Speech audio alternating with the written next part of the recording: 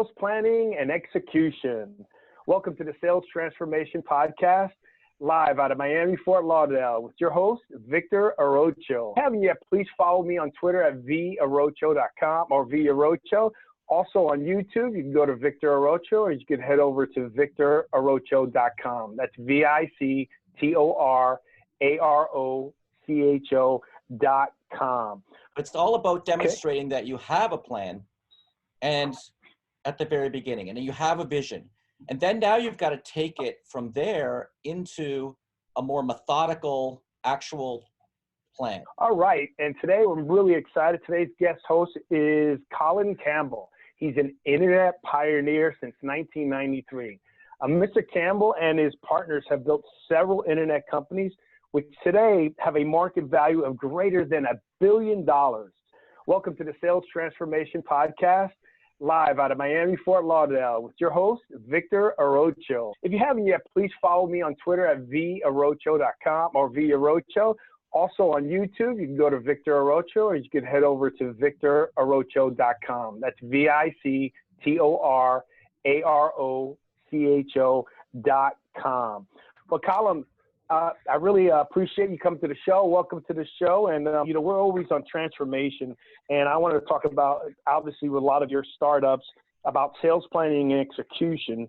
And this is pretty good because you have experience both on the B2C, you have B2B. What leading to is sales planning. Obviously, I'm not going to say obviously, but I'm assuming, I think most people should, is that when they're a startup, they usually have their business plan, right? This is either how they're getting funded, or they're just trying to have a business plan that's more holistic over the entire operation, right? But within the business plan, I always focus on, particularly with entrepreneurs and startups, because at the end of the day, it is about paying your bills, right? You could have a business plan that's beautiful and fancy with all the things you want to do. But at the end of the day, sales is what generates the revenue that pays the bill. Is that a fair statement? Absolutely, it's a fair statement. I would caveat that if you're in certain industries, like technology, for instance, that it's important to build your MVP and maybe even one step further, your minimum viable product, and make certain it's solid before you take your product to market. Because, I've seen scenarios where companies have, tried to generate, now actually I've been guilty of this in one of my companies as well, where we ended up losing a couple $1 million because our product really wasn't ready. And when we brought it to customers, things didn't work. They ended up canceling, and it wasn't a good idea. I absolutely agree. It's critical. If you think of a company, it's really two components. It's the product or service, and then the traffic or sales. And of course, there's everything else in between. This might be a controversial statement, but there's obviously accounting, and there's operations, and there's customer service, and there's all these other important components of business, and you need them to make a business successful. But in my experience, the most difficult things are building that product and building that sales channel and traffic. Yeah, I would agree. I see that. So with this is, so have you seen them or startups that have a sales plan for their team? I'm looking at the experience. So sometimes we want to contradict, or not contradict, how can I explain it without leading it? I always look at things that when I'm with our companies, when we work with companies and clients, that everyone knows you need some type of plan to execute on. But I find that a lot of them, either they create a plan and save dust on their shelf, right? Or they don't actually create the sales plan or strategic plan to know how they're going to get to the end result that they want, right? So from what I'm seeing is, particularly in the sales plan, to generate revenue to hit your targets, in the plan with one of your companies that you were saying that you were doing a $10 million deal, and you have other ones focus on the 2,000, 4,000, 5,000. To some degree, there's got to be a plan to be able to know where I'm going to hit and what targets I'm going to hit. All right, Victor. Correct? And I see it a lot with the startups that come into our facility, and I've seen it in my own companies.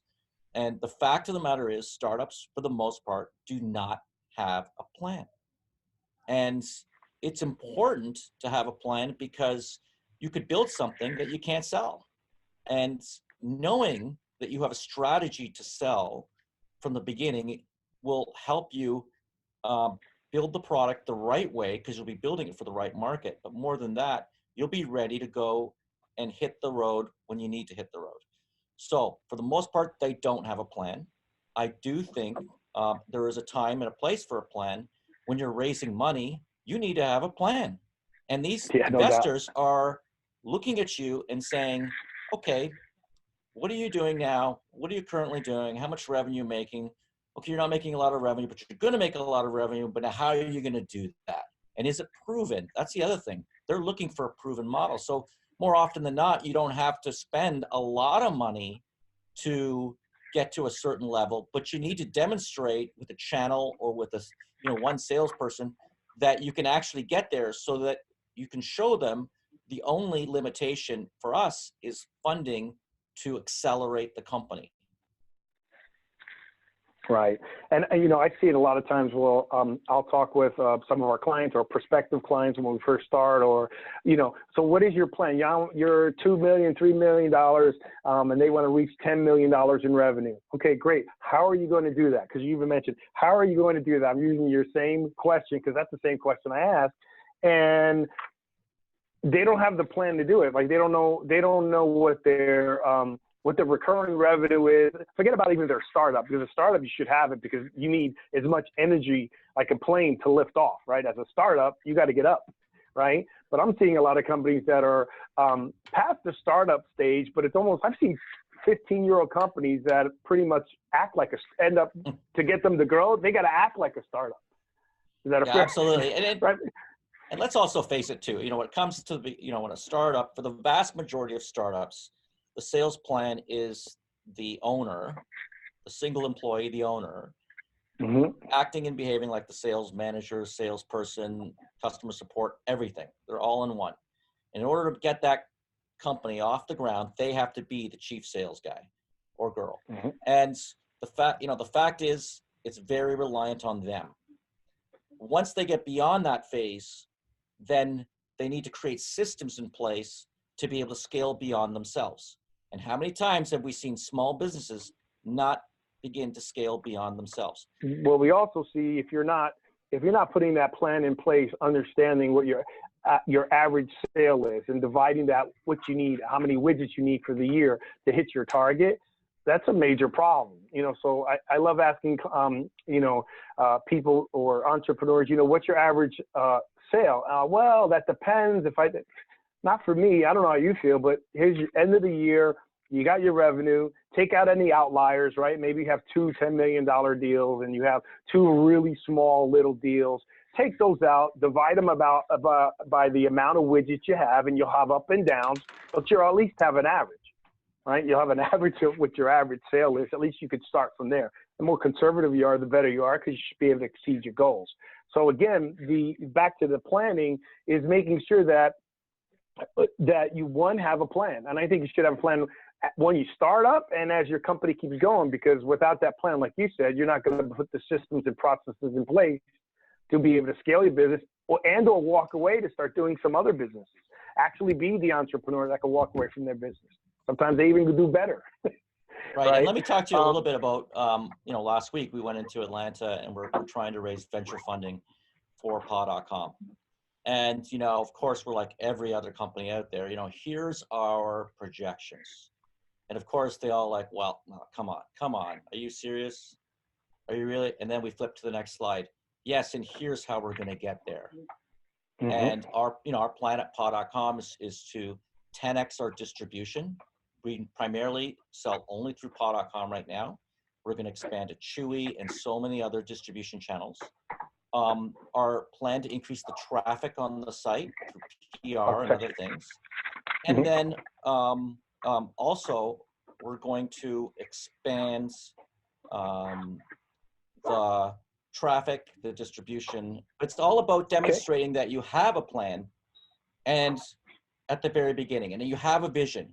And then now you've got to take it from there into a more methodical, actual plan. It's been great having you as a guest today and on our podcast, the Sales Transformation Podcast. And Colin, if people wanted to get in touch with you or reach out to you, how can they find you? Yeah, I'm on Twitter at Colin.club, Colin, DOTCLUB. Otherwise, just, on LinkedIn, just type in Colin Campbell, entrepreneur, and you'll just send me a LinkedIn. All righty. So please leave any comments down below that we talked about, because we went through a lot of different components today, but they were all fantastic. Obviously, we know that Colin has the experience.